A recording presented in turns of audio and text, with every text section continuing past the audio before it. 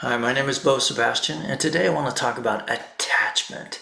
Not attachment theory like the psychological theory where you have secure, anxious, detached, disorganized, and avoidant. Avoidant attachment. We don't want to talk about those kinds of things. We want to talk about spiritual attachment. How does the attachment you have to your life, to the things in your life, how does that change your relationship to God? Let's get started. What I have learned in my life is that anytime I have an expectation that something is going to happen as a result of something that I do, then I get disappointed with life. So how does one resolve that kind of an attachment to life? Well, some would say you want to completely detach from life. But complete detachment is the kind of thing that would make life completely uninteresting, and it would make life feel like there was no reason to really be doing or not doing. You could be lazy and it wouldn't matter. What real detachment is a psychological way of doing what you know you need to do in that day without hoping for more than the goodness and the good feeling of accomplishing what you're doing with joy. That to me is the difference between, like, say for instance, I write a book, which I've done. And then the expectation is after you write the book that you're going to reach famosity, or a lot of people are going to buy that book. And I've gotten to the place where a book has been a bestseller, and I've gotten to a place where like 20 people read the book. And both places should be okay for me, because if those 20 people who read the book changed in some way, they became more enlightened in some way, then I've done my duty, even if it was a year-long process. Do you see what I'm talking about? The Theophas, the angel that talked to me, said basically it's the path that's the blessing, not the goal. The goal happens in an instant.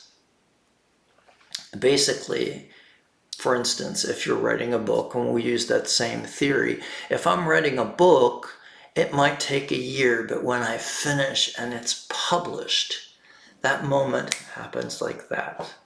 It's over. And the next moment of what will happen with this book, what will I do with this book? Will I send it to agents? Will I send it to, will I get publicity for this book? Will I go out and read this book in different groups? That all is kind of the materialistic attachment to what it is that you're actually trying to achieve in the moment. I'm not saying that deciding or wanting a book to be successful is a good thing. I'm not saying that, or a bad thing. I'm not saying prosperity from something that you do is a bad thing. I'm just saying that it's not up to you. And if you choose to do something, do it with passion and do it with all of your soul, and then let it go. Because the next step really doesn't involve you. You can push really hard to get something in life, and you may even attain it, but you will probably sacrifice something spiritual as a result of that. I look at a lot of movie stars and singers and people who have really kind of lost their minds in the process of achieving being famous. And you know, a lot of people think that there's a time sometimes for famous people that they are tempted by evil. Like if you if you give of yourself, if you bow down to me, I will give you famosity. And that the sacrifice is that if they give their soul for that, that they will have to sacrifice something or someone in their life. Someone will die. That's the myth, but I would say it's probably not so much a myth. I don't know. It feels like when I look at Hollywood and when I look at the stars in Hollywood, I think about their sacrifice.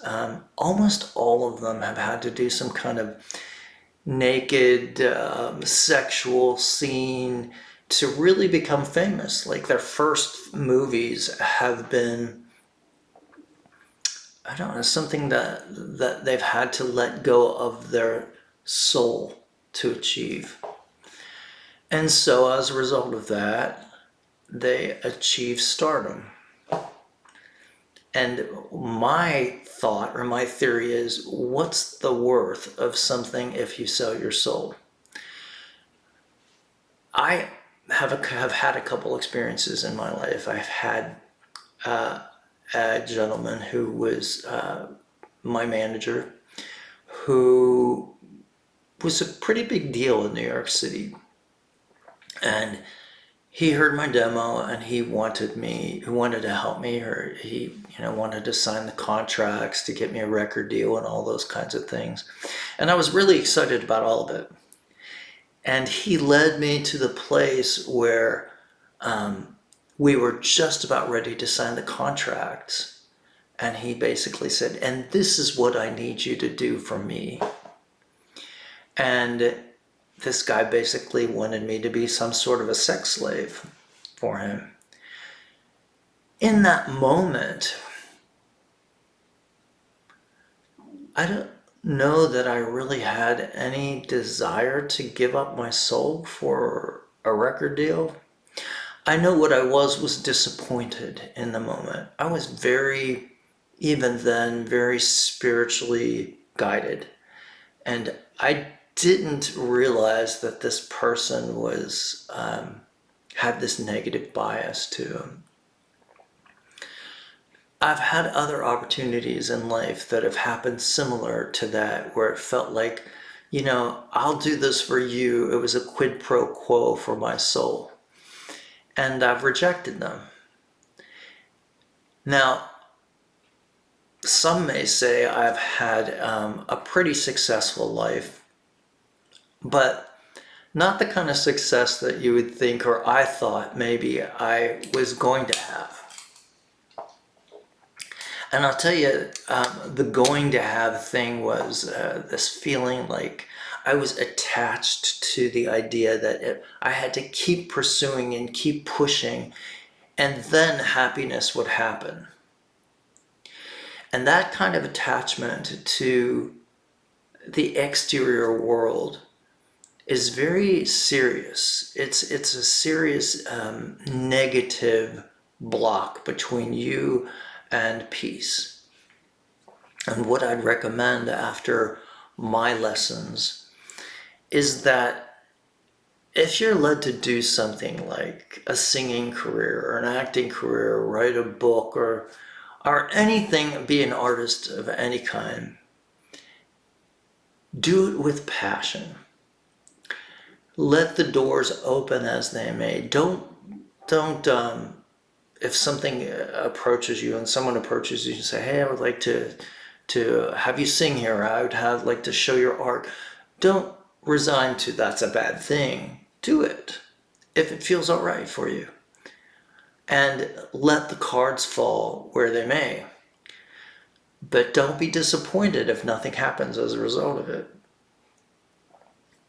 The reason being is your soul and the growth of your soul in this earth is what's important, not what you achieve, not the materialistic things that you get. Those can happen as long as you're not attached to them. They won't affect your peace. It's when you begin to be attached to the outcome that affects your peace.